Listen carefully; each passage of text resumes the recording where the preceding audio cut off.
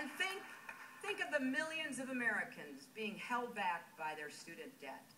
They can't start a business, they can't buy a house, they can't even get married because of the loans hanging over their heads. That's not the way it's supposed to be in America. In America, if you work hard and do your part, you should be able to get ahead and stay ahead. That is the basic bargain. That's the basic bargain that made this country great, and that Democrats have worked so hard over the years to strengthen and defend.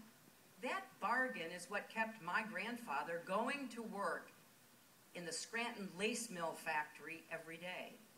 It's what led my father to believe that if he saved and sacrificed, his small business, printing fabric in Chicago, could provide us with a middle-class life.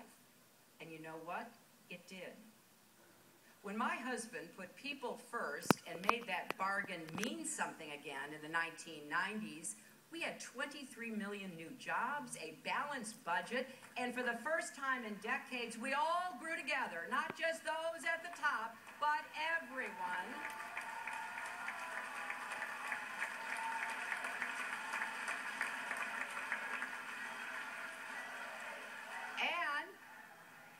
And when President Obama did it, we pulled back from the brink of depression, saved the auto industry, curbed Wall Street abuses, and provided health care to 16 million people.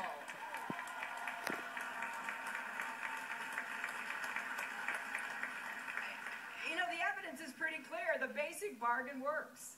If everyone does their fair share and everyone gets a fair shot, our whole country succeeds. And that success doesn't just go to a few, it's widely shared. Democrats have proven that again and again. Now it is up to us to renew that bargain for a new generation, to do what we know works and what we know is right. We've got to make sure that every American gets a chance to pursue his or her dreams, to live up to their God-given potential. That's what I will do as president. That's what people tell me they want as I've crisscrossed the country listening. Like the single mom who's juggling a job and classes at community college, all while raising 3 kids alone. She's doing what she has to do to give herself and her kids a good life. She doesn't expect anything to come easy, but she asked me, isn't there anything we can do so it isn't quite so hard? Or the student who told me that paying for college shouldn't be the hardest thing about going to college. Or the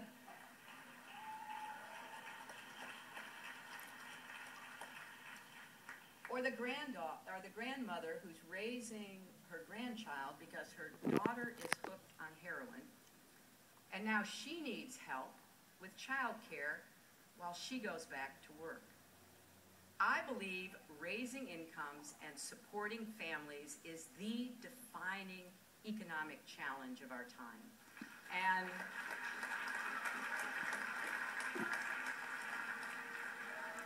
that's why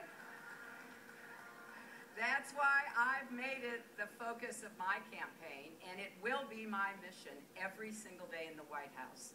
Now, these are not new fights for you or for me.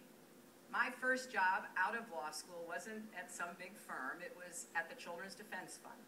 And a few years later, I started an organization called Arkansas Advocates for Children and Families. My whole life, I've worked to even the odds for people who have the odds stacked against them. That's what we Democrats do. That's why we're here.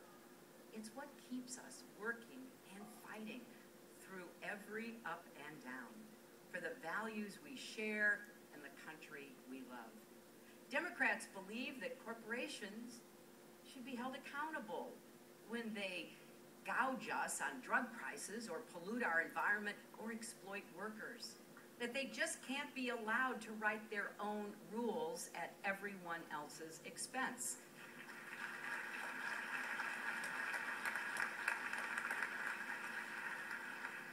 believe in strong growth, fair growth, and long-term growth.